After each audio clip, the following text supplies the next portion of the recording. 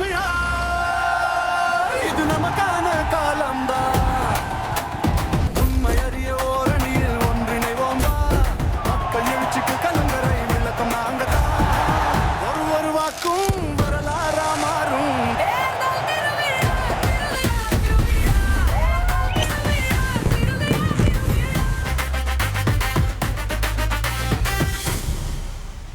வணக்கம் நேயர்களே, இது king makers IAS academy we teach you reach தேர்தல் திருவிழா 2026. சலீம், இன்றைய நாள் ஒரு அதிரடியான நாளா அதிமுக கூட்டணிக்கு ஒரு பிளாக் பஸ்டர் ஒரு நாளாக அமைஞ்சிருச்சுன்னு சொல்லலாம். ஃபுல்லாக அவங்க தான் ஆக்கிரமிச்சிட்டு இருந்தாங்க இன்னைக்கு செய்தி ஊடகங்களில். அந்த அளவுக்கு நிறைய அப்டேட்ஸ் இன்னைக்கு காத்துட்டு இருக்கு. பார்த்துக்கலாம் அரசியல் அப்டேட்ஸ். எஸ் இன்ஃபேக்ட் புதுச்சேரியிலையும் இப்போ லேட்டஸ்ட் அப்டேட் வந்திருக்கு. திமுக சீட் ஷேரிங் எல்லாம் வந்திருக்கு. ஓகே, அதே நேரத்தில் நீங்கள் சொன்ன மாதிரி நம்ம தமிழ்நாட்டில் அதிமுக பாஜக கூட்டணி கட்சியோட சீட் ஷேரிங் தெரிஞ்சிருக்கு. எஸ் பார்த்திபன், நம்ம பார்த்துடலாம்.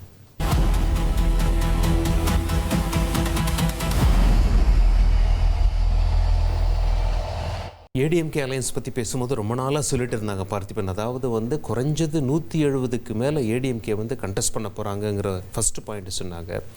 ரெண்டாவது, பிஜேபிக்கு எத்தனை சீட்ஸ் கொடுக்க போகிறாங்க அப்படிங்கிற அந்த டாக்ஸ் எல்லாம் இருந்தது. ஆமாம், அதிமுக நினச்ச மாதிரியே திரு எடப்பாடி சாதித்து விட்டார். 170க்கு மேலே அதிமுக போட்டியிடுறதான் தகவல் வெளியாக இருக்குது. இப்போ நாம் அந்த நம்பர்ஸ் பார்த்துடலாமா? அதாவது பாஜக அதிமுக எத்தனை தொகுதிகளில் போட்டிடுறாங்க அப்படின்னு சொல்லிட்டு. இன்ஃபேக்ட் பாமகவுக்கு 18 சீட்ஸ் கொடுத்துருக்காங்க. அது மட்டும் இல்லாமல் ஏற்கனவே ஒரு ராஜ்யசபா சீட்டும் கொடுத்துருக்காங்க. இப்போ நம்ம காட்சிகளில் பார்க்குறோம், பியூஷ் கோயல் அதிமுகவுடைய தலைமையகத்துக்கு அதே மாதிரி மற்ற கூட்டணி கட்சிகளும் டீல் சீல் ஆனது அனௌன்ஸ் பண்ணுறாங்க. ரொம்ப நாளாக ஒரு குற்றச்சாட்டு அதிமுகவை பின்தொடர்ந்துகிட்டே இருந்தது. என்ன டெல்லி சென்ட்ரிக்காக மாறிட்டு இருக்கு இந்த தொகுதி பங்கீடு பேச்சுவார்த்தை, இதை பற்றி எல்லாம் எல்லாம் டெல்லிக்கு திரும்ப போயிட்டு வந்துட்டு இருக்கீங்களே, நியாயமாக பார்த்தா இங்கே அதிமுக தானே பிரதான கட்சி, இங்கே தானே பேசியிருக்கணும் அப்படின்ற குற்றச்சாட்டுகள் வந்தது. அதுக்கு எல்லாத்துக்குமே இன்னைக்கு ஒரு கிளாரிட்டி கொடுத்துருக்காரு. ஒரு பதிலடி கொடுக்கும் விதமாக இன்னைக்கு அந்த சந்திப்பும் நடந்துச்சு. இப்போ நம்ம திரையில பார்த்துட்டு இருக்கக்கூடியது எத்தனை தொகுதிகள் ஒதுக்கீடு செய்யப்பட்டிருக்கிறது பிரதான கூட்டணி கட்சிகளுக்கு அப்படின்றத. எஸ், பாஜக பாருங்க 27 சீட் வாங்கியிருக்காங்க, பாமக 18 சீட் வாங்கியிருக்காங்க, அமமுக ஒரு நியூ என்ட்ரி கொடுத்துருக்காங்க. இதில் அவங்க 11 சீட்ஸ் வாங்கியிருக்காங்க. போன முறையே கொண்டு வர முயற்சி பண்ணாங்க, பட் முடியல. பல ஆண்டுகள் கழித்து அவர் டிடிவி தினகரன் அதிமுக 9 ஆண்டுகள் கழிச்சு வந்திருக்காரு. இன்னைக்கு இது சம்பந்தமான லைவின் போது கூட நம்மளோட அரசியல் பிரிவு ஆசிரியர் ஹரிஹரன் ஒரு இன்ட்ரெஸ்டிங்கான ஒரு ட்ரிவியா சொன்னாரு. கடைசியா அவர் இந்த அதிமுக கட்சி அலுவலகத்துக்கு தலைமை அலுவலகத்துக்கு வந்தபோது அவர் அந்த கட்சியுடைய துணை பொதுச் செயலாளர். இன்னைக்கு கூட்டணி கட்சியுடைய அந்த பொதுச் செயலாளராக இருக்கிற அமமுகக்கு கூட்டணி கட்சி தலைவராக வந்திருக்காரு 9 ஆண்டுகள் கழித்து. ஓகே ஓகே, எவ்வளவு பெரிய சேஞ்சஸ் இல்லையா? எஸ். இப்போ அவங்க எல்லாரும் ஒரே மேடையில் அந்த அனௌன்ஸ்மெண்ட் செஞ்சாங்களே, அந்த காட்சிகளை பார்த்துலாங்களா? இல்லை, அதுக்கு முன்னாடி 2 கட்சிகள் விட்டுட்டு வராம தமமுக 2 தொகுதிகள் அவங்களுக்கு ஒதுக்கீடு செய்யப்பட்டிருக்கு. அதே போல பாரிவேந்தர் அவர்களுடைய ஐஜேகேவுக்கும் 2 தொகுதிகள் ஒதுக்கீடு செய்யப்பட்டிருக்கு. ஓகே,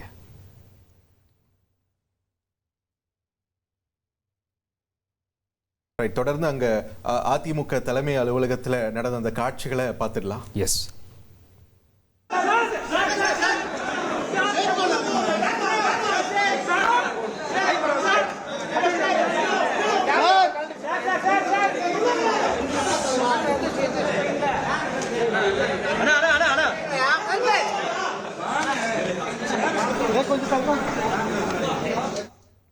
அரசியலில் நிரந்தர எதிரியும் கிடையாது, நண்பனும் கிடையாது அப்படின்றத மற்றும் ஒரு முறை நிரூபிக்கும் விதமாக இந்த புகைப்பட அந்த போட்டோ ஆப்னு சொல்லுவாங்க இல்லைங்களா, அது அமைஞ்சிருக்குன்னு சொல்லலாம். டிடிவி அவர்களும் இபிஎஸ் அவர்களும் ஒரே மேடையில் கை கோர்த்து இப்படி நிற்பாங்க அப்படின்லாம் ஒரு 5 வருஷத்துக்கு முன்னாடி யாராவது 5 வருஷம் விடுங்க, போன வருஷம் சொல்லியிருந்தா கூட யாரும் நம்பியிருக்க மாட்டாங்க.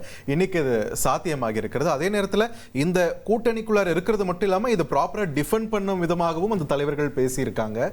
அந்த வகையில் முதல்ல டிடிவி தினகரன் அமமுக பொதுச் செயலாளர் அவர்கள், மன்னிக்கவும் அதிமுக பொதுச் செயலாளர் இபிஎஸ் அவர்கள் இது சம்பந்தமாக பேசின காட்சிகளை பார்த்துடலாம்.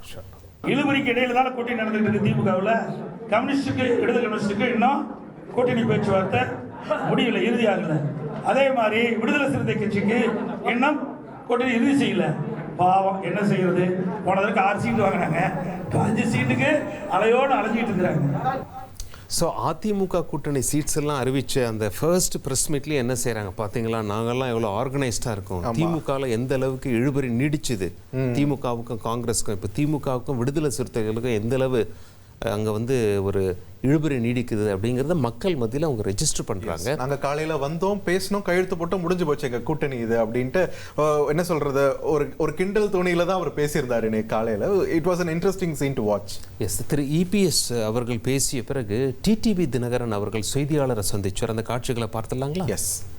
9 ஆண்டுகளுக்கு பிறகு அம்மாவின் அலுவலகத்திற்கு வந்திருக்கிறேன். இங்கே அம்மாவின் தொண்டர்கள் அனைவரும் ஒரு அணியில் இணைந்திருக்கின்றோம்.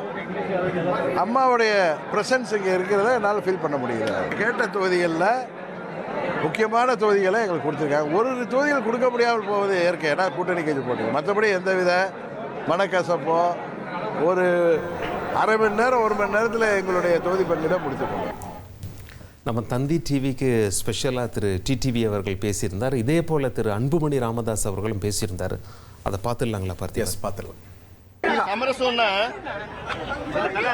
இது வந்து எங்களுக்குள்ள ஒரு அண்டர்ஸ்டாண்டிங், எங்களுக்குள்ள ஒரு அண்டர்ஸ்டாண்டிங் என்னன்னா எங்க நோக்கமே திமுக, இந்த ஊழல் திமுக இதை அகற்ற வேண்டும் என்ற நோக்கம். அதனால ஆனாலும் பாட்டாளி கட்சி எங்களுக்கு மகிழ்ச்சியா இருக்கு. திமுக கூட்டணியில் தொடர்ந்து நிலவக்கூடிய குழப்பம் அப்படின்றத இப்போ அன்புமணி அவர்கள் பதிவு பண்ணாரு. அதே தான் கொஞ்ச நேரத்துக்கு முன்னாடி இபிஎஸ் அவர்கள் பேசும்போது அதை பற்றியே தான் குறிப்பிட்டு பேசியிருந்தார். அது தகுந்த மாதிரி அந்த திமுக வட்டாரத்திலுமே பார்த்தோம்னா தொடர்ந்து அந்த இழுபறி அப்படின்ற ஒரு விஷயம் தொடர்ந்துகிட்டே இருக்கு. ஒரு சில கட்சிகளோட அது இறுதியானாலுமே மார்க்சிஸ்ட் கம்யூனிஸ்ட், விடுதலை சிறுத்தைகள் உண்டான பேச்சுவார்த்தை தொடர்ந்துகிட்டே இருக்கு. இன்னைக்கு எதிர்த்தரப்புல இவங்களும் இதை நல்லா வலுவாகவே பதிவு பண்ணிட்டாங்க, நீங்க குறிப்பிட்ட மாதிரி ரெஜிஸ்டர் பண்ணிட்டாங்க. எக்ஸாக்ட்லி பார்த்து இப்போ பாருங்க, லேட்டஸ்ட்டாக அதிமுக கூட்டணியில் ஒதுக்கி இருக்க நம்பர்ஸ் என்ன, ஏற்கனவே 5 வருஷம் முன்னாடியே அவங்க கூட்டணியில் ஒதுக்கப்பட்ட நம்பர்ஸ் என்ன அப்படின்னு சொல்லி பார்க்குறோம். அப்படி பார்க்கும்போது இங்கே பார்த்துப்பேன், அதிமுக இந்த வருஷம் 170க்கும் மேலே அதிகமான இடத்துல வந்து போட்டி போடுறாங்க. போன எலெக்ஷனில் 179 இடங்களில் போட்டிட்டு இருக்காங்க. பாஜக தங்களுடைய எண்ணிக்கையை 7 சீட்டில் உயர்த்தியிருக்காங்க. அதாவது 2021 வெறும் 20 தொகுதியில் தான் போட்டிட்டாங்க. இப்போ 27 கூடுதலாக 7 இடங்களில் கேட்டு பெற்றிருக்காங்க பாஜக. அதே போல் பாமக அப்படின்னு சொல்லி வரும்போது குறைவாக, போன வருஷம் 23 தொகுதியில் போட்டிட்டாங்க, பட் இந்த முறை 17 தான். 2 காரணங்கள் இருக்குது. ஒன்று, பாமக பிரிந்திருக்கிறது.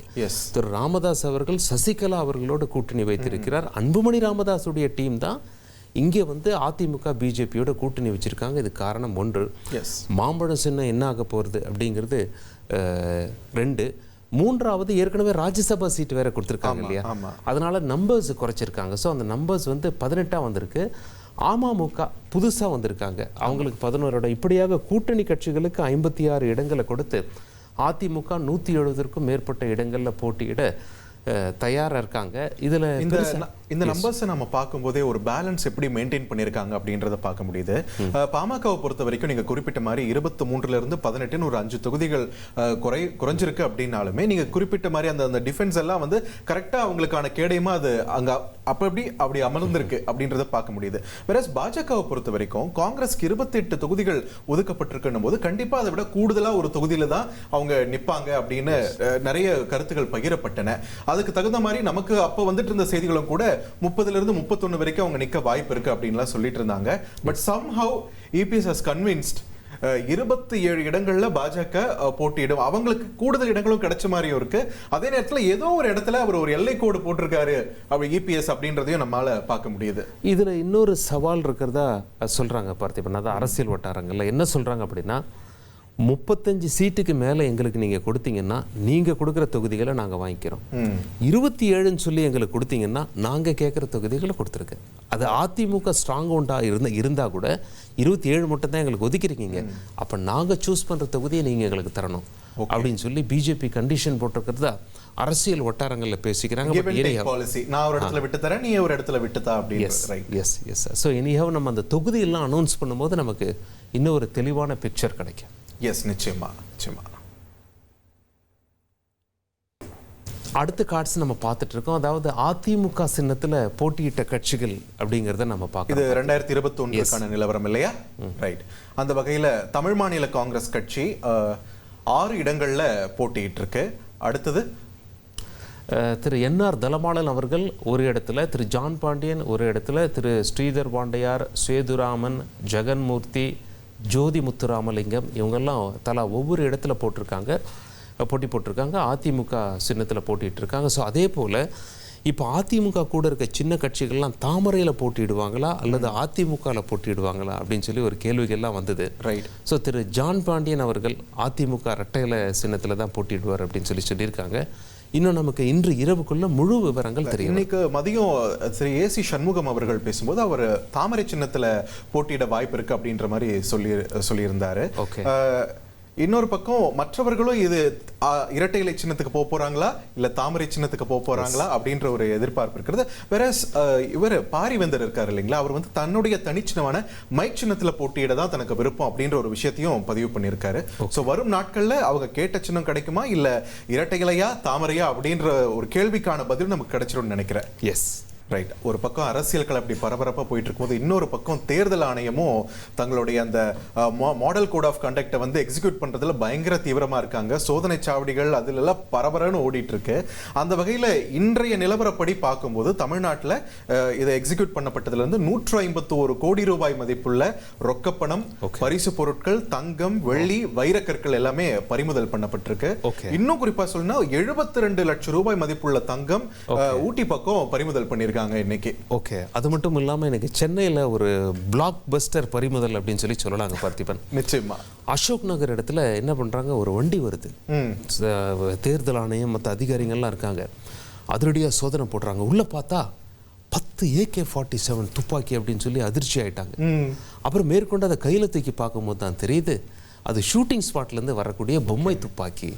ஆமா, தங்கம் இருக்குமா இல்ல ரொக்க பணம் இருக்குமா இல்ல பரிசு பொருட்கள் இருக்குமான்னு திறந்து பார்த்தா 10 AK-47 துப்பாக்கி இருந்தா அவங்களோட மனநிலை எப்படி இருந்திருக்கும்? அதுவும் லோகேஷ் கனகராஜ் ஹீரோவா நடிக்கிற ஒரு படத்துல அந்த ஷூட்டிங்காக போகக்கூடிய அந்த துப்பாக்கி ஷூட்டிங் ஸ்பாட்ல பயன்படுத்திட்டு திரும்ப கொண்டு போறாங்கன்னு சொல்லி தெரிஞ்ச உடனே அப்படியே திரும்ப கொடுத்துட்டு அனுப்பி. நிச்சயமா ஒரு பெரிய நிம்மதி பெருமூச்சு தான். நினைச்சு பாருங்க, ஒருவேளை அது ரியலா இருந்திருந்தா எந்தெந்தோ திசையில போயிட்டு இருந்திருக்கும். அது நம்ம பக்கத்து யூனியன் டெரிட்டரிக்கு போனோம்னா பார்த்திபன், புதுச்சேரியில ஜஸ்ட் இப்போ தான் ஒரு 10 மினிட்ஸ் முன்னாடி திமுகவும் காங்கிரஸும் சீட் ஷேரிங் ஃபைனலைஸ் பண்ணிட்டாங்க. ஓகே. போன எலெக்ஷனில் திமுகவோட காங்கிரஸ் ஒரு தொகுதியில் அதிகமாக போட்டிட்டாங்க. இந்த எலெக்ஷனில் 2 தொகுதிகள் அதிகமாக போட்டிடுறாங்க. மொத்தமே நம்ம புதுச்சேரியில் 30 தொகுதி. ஆமாம். திமுக 16, காங்கிரஸ் 16, திமுக 14 அப்படிங்கிற அடிப்படையில் பிரிச்சுக்கிட்டதாக சொல்கிறாங்க. பட் இதில் சுவாரஸ்யம் என்ன அப்படின்னா, கூட்டணி கட்சிகளான லைக் திரு திருமாவளவன் அவர்கள் போன முறை அங்கே ஒரு தொகுதி கண்டெஸ்ட் பண்ணியிருந்தார். அவர் எந்த தொகுதியில் கண்டெஸ்ட் பண்ணுறாரு புதுச்சேரியில் அப்படிங்கிற தகவல் இப்போ வரல.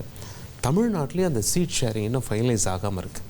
அப்படியே அடுத்த அப்டேட் நம்ம புதுச்சேரியில் போனோம் அப்படின்னா, திரு நாராயணசாமி அவர்கள் நெல்லித்தோப்பில் ஏற்கனவே 2016 போட்டியிட்டு ஜெயிச்சார். பட் இப்போ பிஜேபி எம்எல்ஏ தான் அங்கே இருக்காங்க. அவர் அந்த தொகுதியை குறிவைக்கிறார். ஆனால் காங்கிரஸ் கட்சியினுடைய தலைவராக இருக்கக்கூடிய தற்பொழுது அந்த சீட்டு நாராயணசாமிக்கு ஒதுக்கிறதுல ஏதோ சிக்கல் இருக்கிறதா சொல்லியிருக்காரு. 2 தரப்பு ஆதரவாளர்களும் கிட்டத்தட்ட மோதலுக்கு ஆளான காட்சிகள் அங்கே வெளியாகி இருந்தது. ரைட். இத்தனையோ இன்னைக்கு நாமினேஷன்ஸ்க்கு கடைசி நாள் அங்கே புதுச்சேரியில் இந்த இறுதி கட்டத்தில் இங்கே இவ்வளோ பெரிய ஒரு பிரச்சனை போயிட்டு இருக்கு அப்படின்றதே கொஞ்சம் நம்புறது கஷ்டமா இருந்தாலுமே தட் இஸ் த கலை யதார்த்தமாக இப்போ மாறி இருக்குது. ரைட். ஸோ நெல்லித்தோப்பு ஒரு தொகுதிக்காக ஒரு பிரச்சனை போயிட்டு இருக்கு. இந்த தருணத்தில் நம்ம இங்கே தமிழ்நாட்டில் கடந்த சில நாட்களுக்கு முன்னாடி ஏற்பட்ட ஒரு சர்ச்சை, தாவேக்காவின் முக்கிய நிர்வாகிகள் ஒருவரான ஆதவ் அர்ஜுனா ரஜினிகாந்த் அவர்கள் பற்றி விமர்சித்து பேசிட்டாருன்னு ஒரு பெரிய சர்ச்சை வெடிச்சிருந்தது. ஆமாம், அதாவது திமுக ரஜினிகாந்தை மிரட்டிட்டாங்கன்னு ரொம்ப பகிரங்கமாக சொன்னால், திரு ரஜினிகாந்த் இதுக்கு வந்து மறுப்பு தெரிவிச்சிருக்காரு. காலம் காத்திருந்து பதில் சொல்லணும்னு அவர் ஒரு ரெஸ்பான்ஸை கொடுத்திருந்தாரு.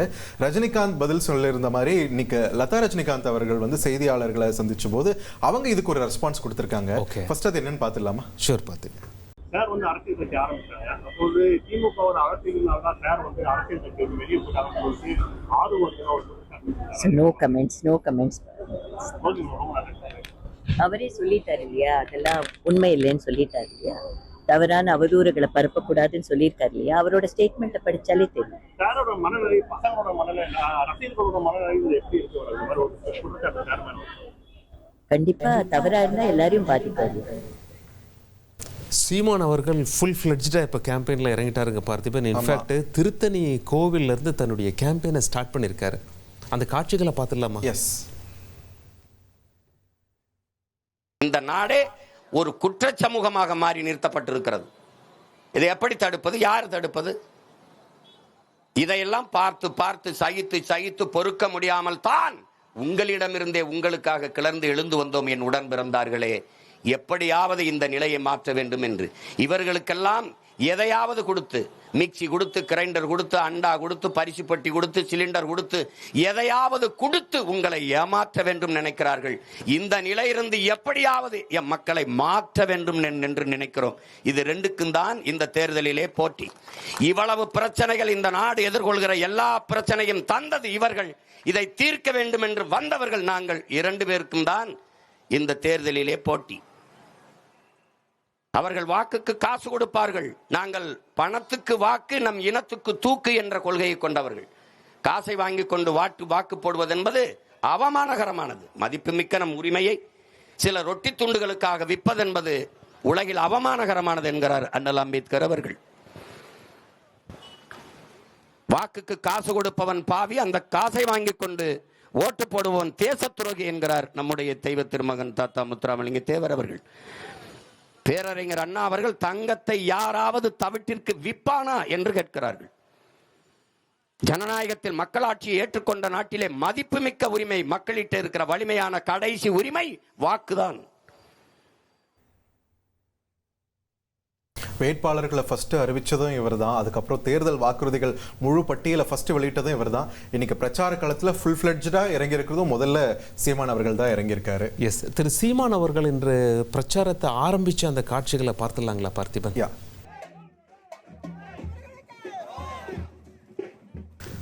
திருத்தணி கோவிலிருந்து அவர் தன்னுடைய பிரச்சாரத்தை ஆரம்பித்திருக்கிறார். சற்று முன் அவர் நேரலையில் பேசுகிற காட்சிகள் நாம் பார்த்தோம். பட் நேரலையில் பேசுவதற்கு முன்பாக அவர் அங்கே நடந்து வரக்கூடிய காட்சிகளை நாம் பார்த்து கொண்டு இது ஒரு முதற்கட்ட பிரச்சார பயணமாக தான் இருக்க போது. மார்ச் 23 இன்று திருத்தணியில் ஆரம்பிச்ச இந்த பயணம் மார்ச் 28ஆம் தேதி ஆவடியில நிறைவு பெற இருக்கிறது. இந்த முதற்கட்டத்தில் பெரும்பாலும் வடமாவட்ட பகுதிகளை தான் கவர் பண்ண இருக்காரு. தொடர்ச்சியாக அதிரடி பேச்சுகளை வந்து வரும் நாட்களில் நம்ம எதிர்பார்க்கலாம். தேர்தல் பரப்புரையில் அப்படின்றது மட்டும் திண்ணம்பிங்க. எஸ்.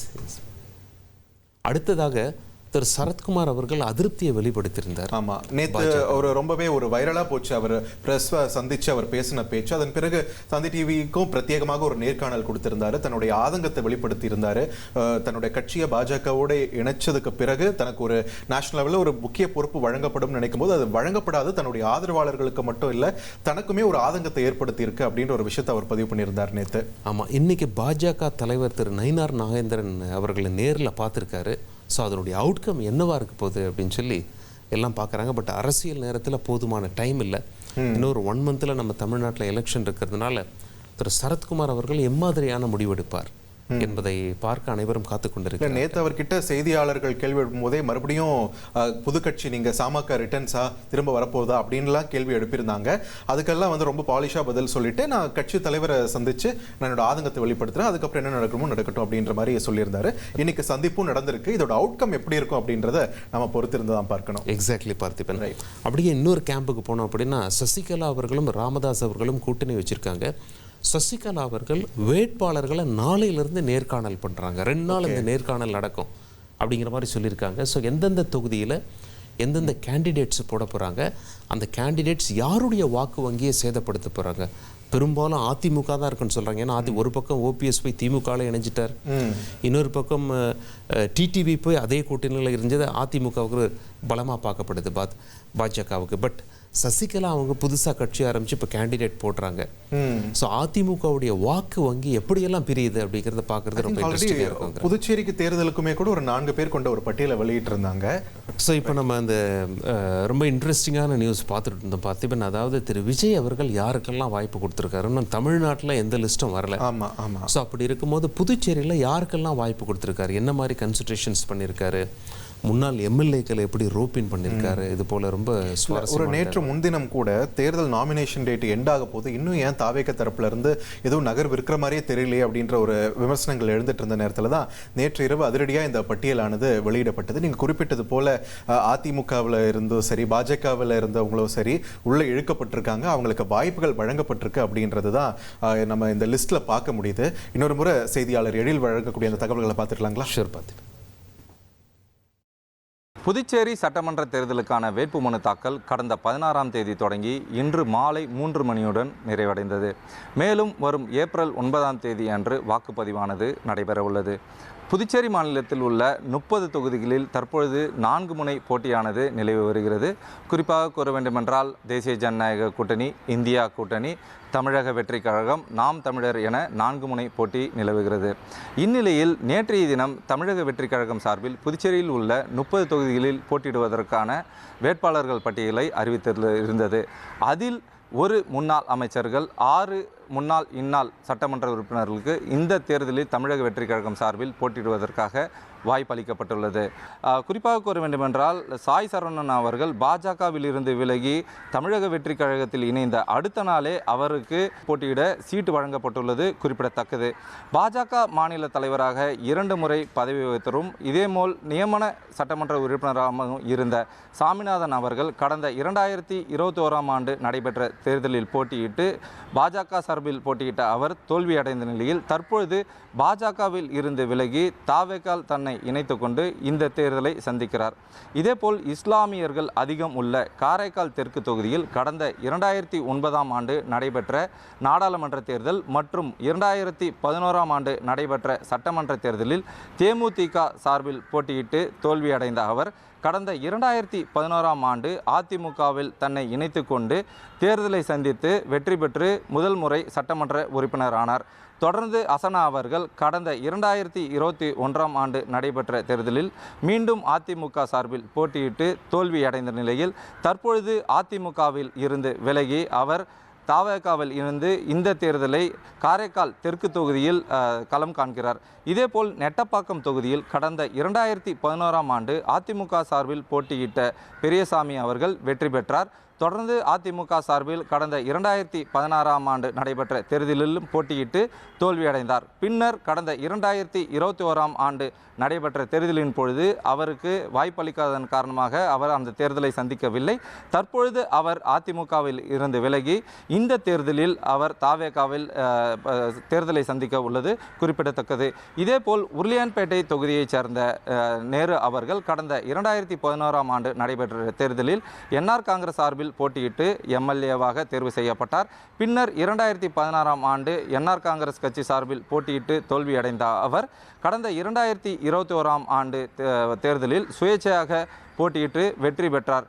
தற்பொழுது அவர் சுயேட்சையாக வெற்றி பெற்ற நிலையில் தற்பொழுது அவர் தாவேகாவுடன் இணைந்து இந்த தேர்தலை போட்டியிட உள்ளார். இதேபோல் பாகூர் தொகுதியைச் சேர்ந்த தனவேலு அவர்கள் கடந்த 2016ஆம் ஆண்டு நடைபெற்ற தேர்தலில் காங்கிரஸ் சார்பில் போட்டியிட்டு வெற்றி பெற்ற நிலையில் அரசுக்கு எதிராக அவர் ஊழல் குற்றச்சாட்டுகள் தெரிவித்ததாக கூறி அவரது சட்டமன்ற உறுப்பினர் பதவியை தகுதி நீக்கம் செய்தனர். இதனைத் தொடர்ந்து கடந்த 2021ஆம் ஆண்டில் நடைபெற்ற சட்டமன்ற தேர்தலில் என்ஆர் காங்கிரஸ் கட்சி சார்பில் போட்டியிட்டு தோல்வியடைந்த நிலையில் தற்பொழுது அவர் தாவேகாவில் இணைந்து இந்த தேர்தலை பாகூர் தொகுதியில் போட்டியிட உள்ளார். இதேபோல் முத்தியால்பேட்டை தொகுதியை சார்ந்த பிரகாஷ்குமார் அவர்கள் கடந்த 2016ஆம் ஆண்டு என்ஆர் காங்கிரஸ் கட்சி சார்பில் போட்டியிட்டு தோல்வியடைந்த நிலையில் மீண்டும் 2021ஆம் ஆண்டு சுயேட்சையாக போட்டியிட்டு ஆளும் கட்சிக்கு ஆதரவாக செயல்பட்ட நிலையில் அவருக்கு தற்பொழுது முத்தியால்பேட்டை தொகுதியில் என்ஆர் காங்கிரஸ் கட்சி சார்பில் சீட்டு கொடுக்காததன் காரணமாக அவர் தற்பொழுது தாவேகாவில் இணைந்து இந்த தேர்தலை முத்தியால்பேட்டை தொகுதியில் களம் காண உள்ளது குறிப்பிடத்தக்கது. குறிப்பாக கூற வேண்டுமென்றால் 30 தொகுதிகளில் தாவேகா போட்டியிட உள்ள நிலையில் உருளையான்பேட்டை மற்றும் தட்டாஞ்சாவடி ஆகிய தொகுதிகளில் நேயம் மக்கள் கழகத்திற்கு ஒதுக்கி கூட்டணியில் இந்த தேர்தலை சந்திக்க உள்ளது. நடைபெற உள்ள சட்டமன்ற தேர்தலில் தாவேகா சார்பில் 6 முன்னாள் இன்னாள் சட்டமன்ற உறுப்பினர்களும் இதேபோல் ஒரு முன்னாள் அமைச்சருக்கும் இந்த தேர்தலில் வாய்ப்பளிக்கப்பட்டுள்ளது குறிப்பிடத்தக்கது. மேலும் தாவேகா சார்பில் பல்வேறு நட்சத்திர முகங்கள் இந்த தேர்தலில் சந்திக்க உள்ளதன் காரணமாக புதுச்சேரி அரசியல் களம் தற்பொழுது சூடுபிடிக்க தொடங்கியுள்ளது.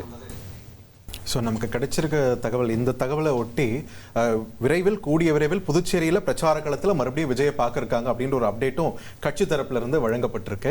சலீம், இன்னைக்கு வரலாறு தொகுப்புல நம்ம எதை பற்றி பார்க்க இருக்கோம்? ஆமாம் பார்த்திபன், இப்போ நம்ம இந்த ஓட்டர் ஐடியெலாம் கையில் வச்சுருக்கோம்ல, நம்ம ஃபோட்டோலாம் போட்டு நல்லா அழகாக ஒரு ஓட்டர் ஐடி கொடுத்துருக்காங்க. பட் இது ஒரு காலத்தில் இந்தியாவில் நாடு ஃபுல்லாக பண்ண முடியுமா அப்படிங்கிற மிகப்பெரிய சவால் இருந்தது. பண்ண முடியுமா பண்ண முடியாத அப்படி. பட் இன்றைக்கி எல்லார் கையிலையும் இருக்குது. இந்த ஓட்டர் ஐடி வந்த அந்த ஹிஸ்ட்ரியை நாம் இப்போ பார்த்துடலாம். அதுக்கு முன்னாடி ஒரே ஒரு திருத்தம், இந்த ஓட்டர் ஐடியில் அழகான புகைப்படம்னு சொன்னீங்க இல்லையா, ஓட்டர் ஐடி ஆதார் ஐடியில் என்னைக்கு நம்ம ஃபோட்டோ அழகாக இருந்திருக்கு. பட் ஸ்டில் அந்த ஹிஸ்ட்ரியை தெரிஞ்சுக்க ரொம்பவே சுவாரஸ்யமாக இருக்கும்னு நினைக்கிறேன். பார்த்துடலாம்.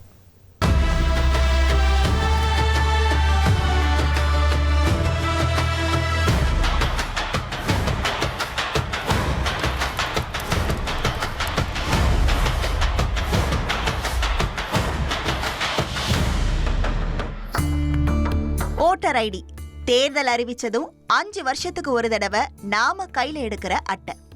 இன்னைக்கு இந்திய வாக்காளர்கள் எல்லாரோட கையிலையும் இந்த ஓட்டர் ஐடி இருக்கு. ஆனா ஒரு நேரத்துல இதெல்லாம் இந்தியாவுல சாத்தியமே இல்லைன்னு சொல்லப்பட்டுச்சு. ஆமாங்க, இந்தியா சுதந்திரம் அடைஞ்சி 46 ஆண்டுக்கு பிறகு, அதாவது 1993 தான் நீங்க கையில வச்சிருக்க ஓட்டர் ஐடி எல்லாருக்குமே கிடைச்சது. இப்போது புகைப்படத்தோட நாம கையில வச்சிருக்க ஓட்டர் ஐடி திட்டத்திற்கு விதை போட்டவர் இந்தியாவோட முதல் தேர்தல் ஆணையராக இருந்த சுகுமார் சென் தான். அவரோட யோசனை ஏற்கப்பட்டு இந்தியாவில் வாக்காளர்களுக்கு புகைப்படத்தோட கூடிய ஓட்டர் ஐடியை கொடுக்கணும்னு 1958 நவம்பர்ல மசோதா கொண்டு வரப்பட்டுச்சு. நாடாளுமன்றத்துல இந்த மசோதாவை அறிமுகம் செஞ்சது அப்போது சட்ட அமைச்சராக இருந்த அசோக் குமார் சென். அவர் தேர்தல் ஆணையராக இருந்த சுகுமார் சென்னோட சகோதரர் தான். அப்புறமா இந்தியாவோட 2வது தலைமை தேர்தல் ஆணையராக பதவியேற்ற KVK சுந்தரமும் ஓட்டர் ஐடியை கொடுக்க முயற்சிகளை மேற்கொண்டார். ஆனாலும் தாமதம் ஏற்பட்டுட்டே இருந்துச்சு. 1960 கொல்கத்தா தென்மேற்கு நாடாளுமன்ற தொகுதிக்கு இடைத்தேர்தல் நடைபெற்றது. அப்போது ஓட்டர் ஐடி திட்டத்தை அந்த தொகுதியில முழுவதுமா செயல்படுத்த தேர்தல் ஆணையம் முடிவு செஞ்சது. 10 மாசமா வாக்காளர்களோட புகைப்படம் எடுக்கப்பட்டு பணிகள் நடந்துச்சு. அப்போது பல பெண்கள் புகைப்படம் எடுக்க கூட வரல. பெண் போட்டோகிராஃபர்கள் புகைப்படம் எடுக்க போனாலும் அவங்க போட்டோ எடுக்க முன் வரல. தொகுதியில 3.42 லட்சம் வாக்காளர்கள் இருந்தாங்க. அவங்கள 2.10 லட்சம் பேருக்கு தான் போட்டோவோட இருக்க ஓட்டர் ஐடி கொடுக்கப்பட்டுச்சு. அன்னைக்கு கொல்கத்தாவில் ஒரு நாடாளுமன்ற தொகுதியில் மட்டுமே ஓட்டர் ஐடி கொடுக்க 25 லட்சம் ரூபாய் செலவு ஏற்பட்டுச்சு. இப்படி செலவு அதிகமாக இருந்ததால இந்த திட்டத்தை இந்தியா முழுவதும் செயல்படுத்துவது தேர்தல் செலவு அதிகாரி முன் சொல்லப்பட்டுச்சு. திட்டம் தடைப்பட்டுச்சு. ஓட்டர் ஐடி இல்லாத காலத்துல கள்ள ஓட்டு பிரச்சனை பெரும் பிரச்சனையாக இருந்துச்சு. அப்போது 21, 18 வயதான வாக்காளர்கள் தேர்தல் ஆணையத்துல வாக்காளரா பதிவு செய்வாங்க. ஆனா ஓட்டர் ஐடி இருக்காது. ஓட்டு போட வாக்குச்சாவடி செல்லும் போது அங்கிருக்கும் அதிகாரிங்க வார்டு பெயரை கேட்டு செக் பண்ணி அனுப்புவாங்க. வாக்காளர்கள் ஓட்டு போட்டுட்டு வெளியே வந்ததும் மை வைக்கப்பட்டுச்சு. போட்டோ தரவு கூட இல்லாததால ஓட்டு போட வருவது யாருன்னு கூட தெளிவாக இருக்காது. செத்து போனவங்க ஓட்டு கூட வேறு ஒருவர் போடலாம்ங்கிற பிரச்சனை இருந்துச்சு. இதற்கு தீர்வு காண வேண்டும் என்பதுல தேர்தல் ஆணையம் தீவிரமா இருந்துச்சு. 19 ஆண்டுக்கு பிறகு 1979 சிக்கிம் சட்டப்பேரவை தேர்தல்ல ஓட்டர் ஐடி வழங்கப்பட்டுச்சு. அப்போ ஓரளவு சாத்தியம் ஆனதால அஸ்ஸாம், மேகாலயா, நாகாலாந்து மாநிலங்கள்ல திட்டம் செயல்படுத்தப்பட்டுச்சு. அப்புறமா 1993 தான் நாடு முழுவதும் இருக்க வாக்காளர்களுக்கு எலக்டர்ஸ் போட்டோ ஐடென்டி கார்டு, அதாவது போட்டோவோட ஓட்டர் ஐடி அப்படிங்கிறது சாத்தியமாச்சு. அதை செஞ்சு காட்டியவர் அப்போது தேர்தல் ஆணையரா இருந்த DN சேஷன். போட்டோவோட ஓட்டர் ஐடி வழங்குற திட்டத்தை செயல்படுத்தணும் என்பதுல உறுதியா இருந்து அதை செஞ்சும் காட்டினாரு. அப்போது பிளாக் அண்ட் ஒயிட்ல ஓட்டர் ஐடி வழங்கப்பட்டுச்சு. அதனால இப்போது ஆதார்ல இருக்க புகைப்படங்க மீம்ஸ் கண்டென்ட்டாக இருக்கிற மாதிரி அப்போது ஓட்டர் ஐடியில இருந்த போட்டோக்கள் தெளிவு இல்லாம இருப்பதா விமர்சிக்கப்பட்டுச்சு. அப்புறமா புகைப்படம் மாற்றப்பட்டு திருத்தங்கள் செய்யப்பட்டு இன்னைக்கு வண்ண புகைப்படத்தோட ஓட்டர் ஐடி வழங்கப்படுகிறது. ஒரு நேரத்துல ஓட்டர் ஐடியே சாத்தியம் இல்லைன்னு சொல்லப்பட்ட வேளையில இன்னைக்கு 96 கோடிக்கும் அதிகமானோருக்கு ஓட்டர் ஐடியையும் டெக் உலக வளர்ச்சிக்கு ஏற்ப QR வசதியோட மின்னணு ஓட்டர் ஐடியையும் சாத்தியமாக்கி இருக்கு இந்திய தேர்தல் ஆணையம். அங்கே மட்டும் QR கோடு இல்லைங்க பார்த்திபன், நம்மகிட்டே ஒரு QR கோடு இருக்குது. ஸோ நம்ம ப்ரோக்ராமை யாராவது யூடியூப்பில் பார்க்க ஆசைப்பட்டாங்கன்னா நம்ம ஸ்க்ரீனில் வரக்கூடிய QR கோடை அவங்களோட மொபைல் ஃபோன் ஓப்பன் பண்ணி கேமராவில் ஸ்கேன் பண்ணாங்கன்னா டைரெக்டாக யூடியூப் லிங்க் வரும். அந்த யூடியூப் லிங்க்கில் அவங்க போய் கிளிக் பண்ணால் போதும், நம்மளுடைய தேர்தல் திருவிழா அந்த பிளேலிஸ்ட்டில் நிறைய ப்ரோக்ராம்ஸ் இருக்கும். இன்ஃபேக்ட் இப்போது நம்ம ஷோவில் நேரமின்மை காரணமாக போட முடியாத அரசியல் அலப்பறை கூட அங்கே இருக்கும். அவங்க போய் ஜாலியாக பார்த்து என்ஜாய் பண்ணலாம். எஸ்.